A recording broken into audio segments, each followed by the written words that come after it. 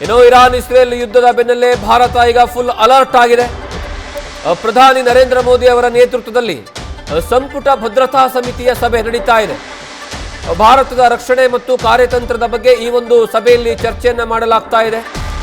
Iran Chabahar ಬಂದರಿನಲ್ಲಿ ಹೂಡಿಕೆ ಮಾಡಿರುವಂತಹ ಭಾರತ ತುರ್ತು ಪರಿಸ್ಥಿತಿಯ ಸಂದರ್ಭದಲ್ಲಿ ಆರ್ಥಿಕ ಬಿಕ್ಕಟ್ಟಿನ ಬಗ್ಗೆಯೂ ಸಹ ಚರ್ಚೆಯನ್ನ ಮಾಡಲಾಗ್ತಾ ಇದೆ. ಇರಾನ್ ಮತ್ತು ಇಸ್ರೇಲ್ ಯುದ್ಧದ ಬೆನ್ನಲ್ಲೇ ಭಾರತ ಈಗ ಫುಲ್ ಅಲರ್ಟ್ ಆಗ್ತಾ ಇದೆ.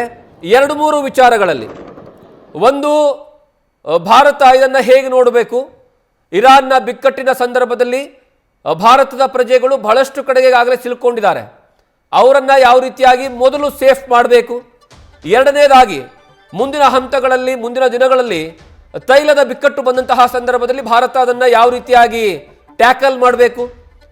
ಇಲ್ಲಿಯವರೆಗಿನ ಭಾರತ ಸರ್ಕಾರದ ಮಾಹಿತಿಯ ಪ್ರಕಾರ ಒಂದು ವೇಳೆ ಸಡನ್ ಆಗಿ ಏನಾದರೂ ಭಾರತಕ್ಕೆ ಬರುವಂತಹ ತೈಲ ನಿಂತೋದ್ರೂ ಸಹ ಮುಂದಿನ 72 ದಿನಗಳ ಕಾಲ ಆಗುವಷ್ಟು ಬಳಕೆಗೆ ಉಪಯೋಗ ಮಾಡಿಕೊಳ್ಳೋದಕ್ಕೆ ಇರುವಷ್ಟು ತೈಲ ಈಗಾಗಲೇ ಭಾರತ ಶೇಖರಣೆ ಮಾಡಿಟ್ಕೊಂಡಿದೆ.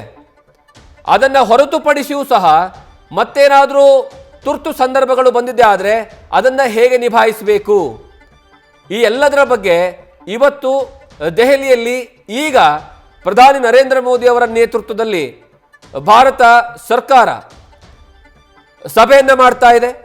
ಆ ಮೂಲಕವಾಗಿ ಮುಂದಿನ ಬಿಕ್ಕಟ್ಟಿನ ಬಗ್ಗೆ ಇಲ್ಲಿ ನಿರ್ಧಾರಗಳನ್ನು ಕೈಗೊಳ್ಳಲಾಗ್ತಾ ಇದೆ.